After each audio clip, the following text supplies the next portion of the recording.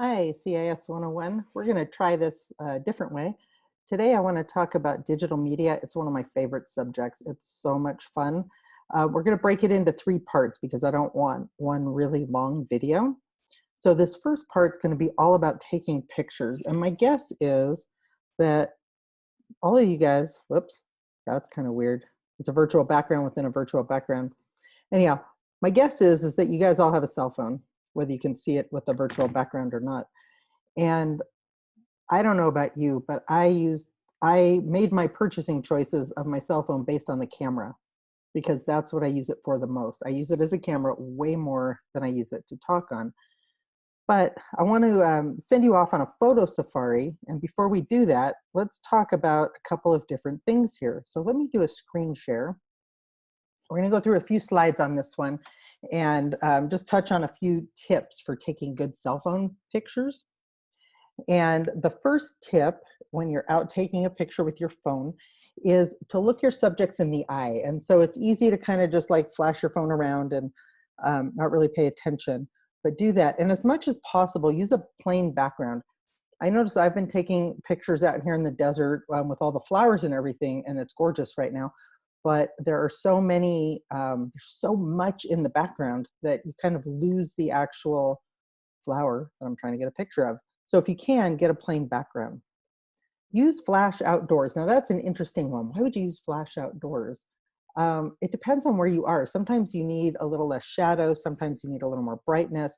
But the trick to that is you have to move in close because especially with your cell phone camera, the flash doesn't go very far. I would say probably like 3 feet. That's probably what you get. And so try that. One tip is to move from the middle. So you don't always have to be right in the center of the picture. Now I'm leaning, so it looks weird, right? But um, frame up your shot a little bit. And then watch the lighting. So there's 2 times of the day that's perfect for taking pictures, especially here in the desert.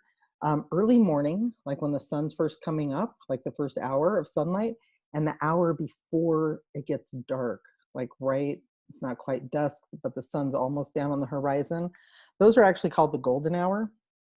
What's super cool about that is the lighting comes in from the side angle.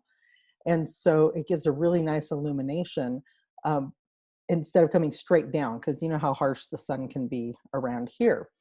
And so when it comes in from that nice angle, it gives a good lighting, but you have to make sure that whatever you're taking a picture of isn't in your shadow. So line it up just right to make sure you're in the right place. Another option is to take some vertical pictures. It's nice to do lots of landscape pictures, but every once in a while, if you're doing something really tall, like a tall tree or a, oh, I don't know, like that elevator tower that's at the college, you know, something that's really tall, turn your phone the other direction. And it's okay to be a picture director. It's okay to actually ask people to kind of move in a certain way or stand in a certain place to get your shot. So those are just some quick tips. This video, I'm not going to show you, but if you pull up this slideshow in the roadmap for this week, it'll be the first thing listed. This is a fantastic video. It'd be really weird to show it to you within like a video in a video. It's only like 2 minutes long, and he talks about all the stuff I did, but honestly, I like it because the colors and everything are just spectacular. It's a gorgeous video with some really good tips on how to use your cell phone. I strongly recommend you go watch the video. Now, let me give you a couple of technical details. We always refer to pictures in terms of pixels, and I used to work as a desktop publisher, and so one of the things we would talk about are how many pixels an image would be.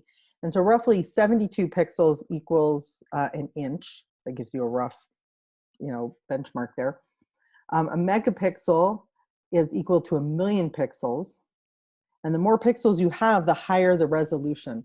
And so what's interesting is I actually have a really nice Nikon camera around here somewhere with an SLR lens and everything, but this phone has better resolution than my really nice camera because it just packs in a ton of pixels.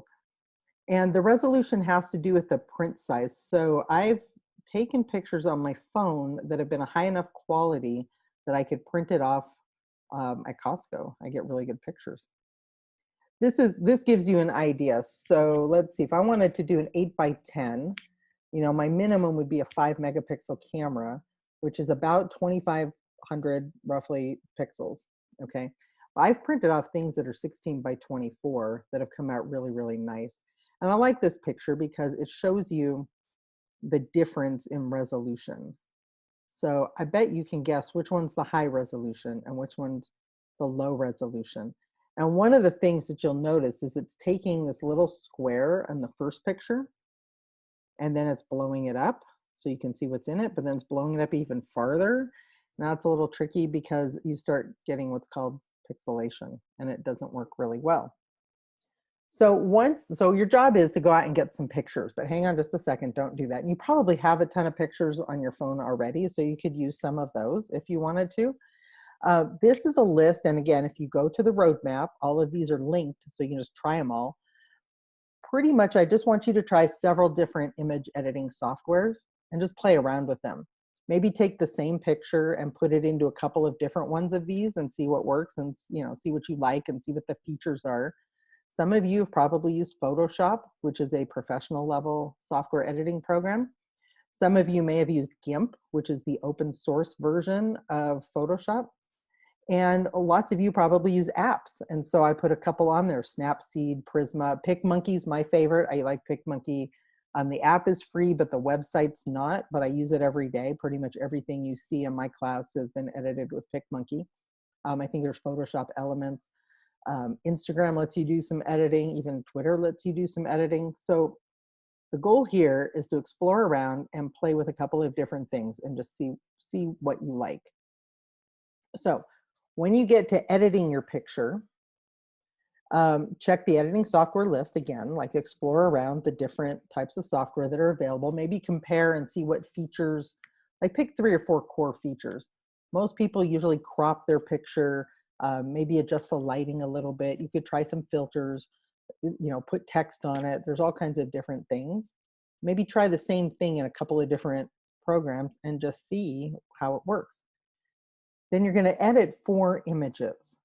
So you're going to try at least pick four pictures and try at least 4 different types of editing before you save your final picture. But keep track of what you do. So maybe just keep a little track list. Like with this picture, I did a crop and I adjusted the brightness to 73% and I applied the black and white filter and I put a label on it. So just kind of keep track of what you did. And then you're going to describe what is in the picture. So like in this little picture here, the duck is running on grass near the lake on campus. This actually isn't a campus duck. This is some other duck I found. And what I did is I took the top picture and then I reversed it. And then I added a sepia filter, which is kind of that like old-fashioned brownish filter. And then I darkened it up a little bit and I put a reflection image on it, or a reflection frame on it. So you can kind of see at the bottom picture, it shows a little bit of the reflection there. So you're going to describe what you did, and then you're going to tag it. Now what's tagging? You guys know what tagging is. If you've used Instagram, you for sure know what tagging is.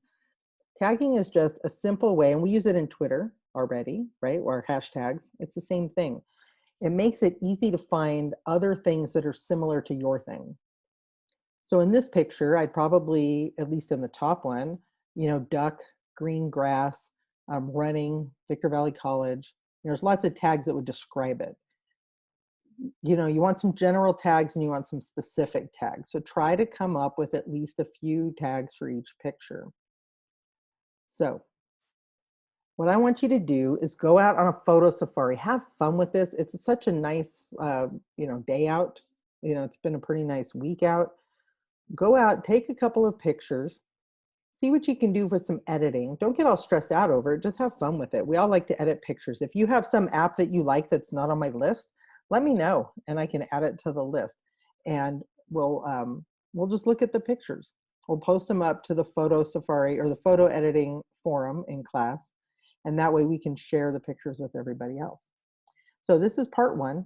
Part 2 is going to start looking at some issues with pictures, because we used to say that a picture's worth 1,000 words. That's not really the case anymore, and we'll talk about why that is. It does lead to some really interesting implications.